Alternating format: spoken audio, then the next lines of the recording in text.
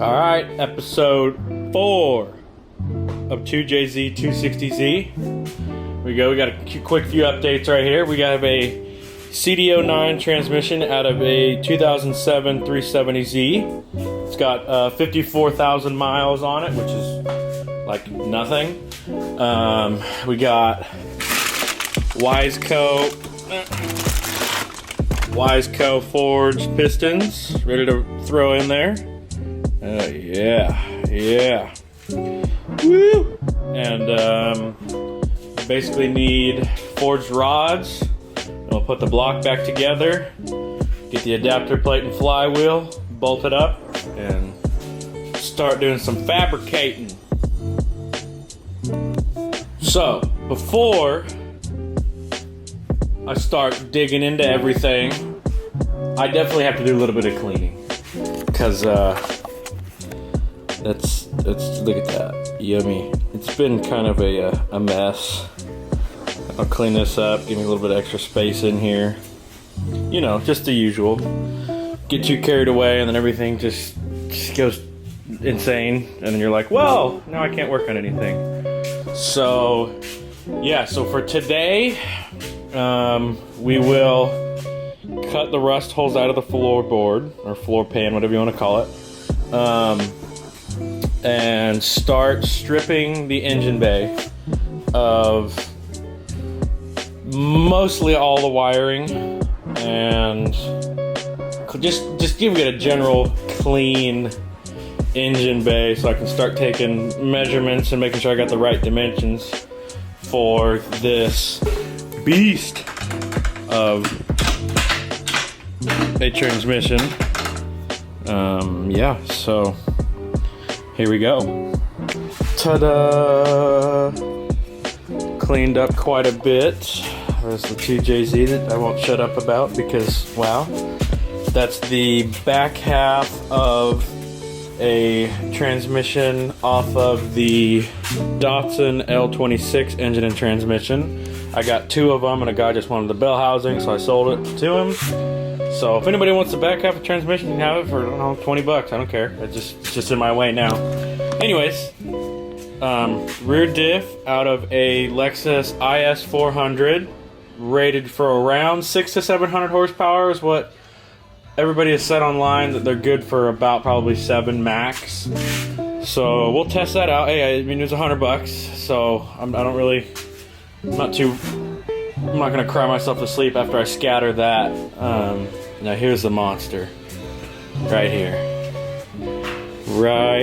CD09 transmission out of a 370Z, 2007 370Z with 54,000 miles.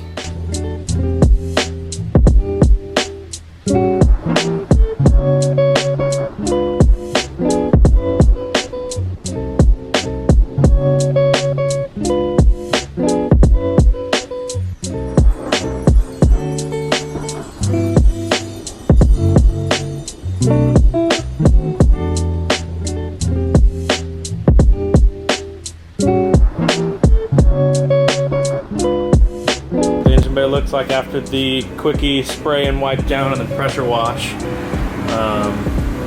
Not bad at all. We'll end up stripping everything out. Not today. I thought I was going to be able to do it today, but you know, you got life happen, so you got other stuff to do.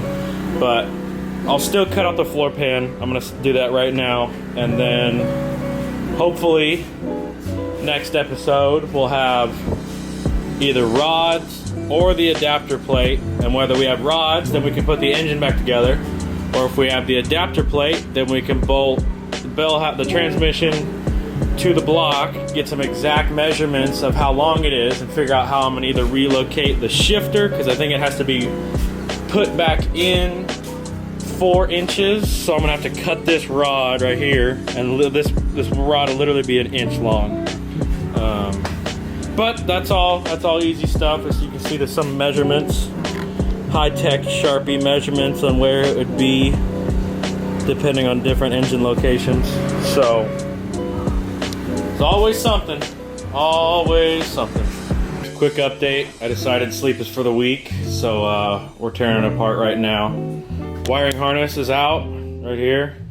Seats are right there. Dash is right there. And it's stripped. We'll keep taking it apart and see how far we get to tonight. But yeah, here she is. After a late night of stripping the interior of nearly everything as a dash, I got a pretty good chunk of it out. Let's see. There we go. There's a rust. You can see a little bit better, and I found it went a little bit further back, but no biggie. It's all getting cut out anyways. So what we're doing today is gonna do some walnut shell blasting on the CDO9 bell housing. Make it look nice and shiny, and any other parts that I can find.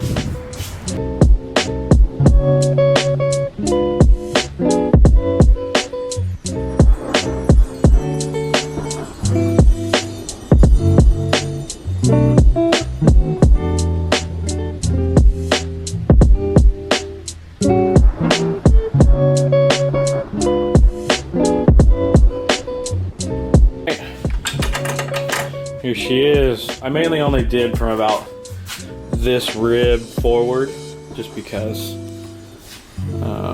came out pretty good. Not gonna lie, my first time I've ever walnut blasted anything. I mean, I've bead blasted and sand blasted. There's a big old sticker there. Parts before, but never done anything kind of big. But I just wanted to literally just get a little bit of a shine to it, and it came out pretty good. So here we go, CDO9, ready to bolt in. All right, almost all the interior is completely out. Cleaned up the trunk space a little bit, and I can proudly say it's gutted now. Got a little bit of wiring to take out up here for the main harness up front. Still take the heater and everything out, or at least the controls and stuff. Yeah, I mean, it's getting there. She's getting there. And those nice rust holes right there, but those will be fixed probably this week. I keep saying that, but I'm a professional procrastinator, so it is what it is. And yeah, I mean, engine bay pretty clean. Unbolted all the lines. We'll start taking those out right now, and getting ready to call it a day.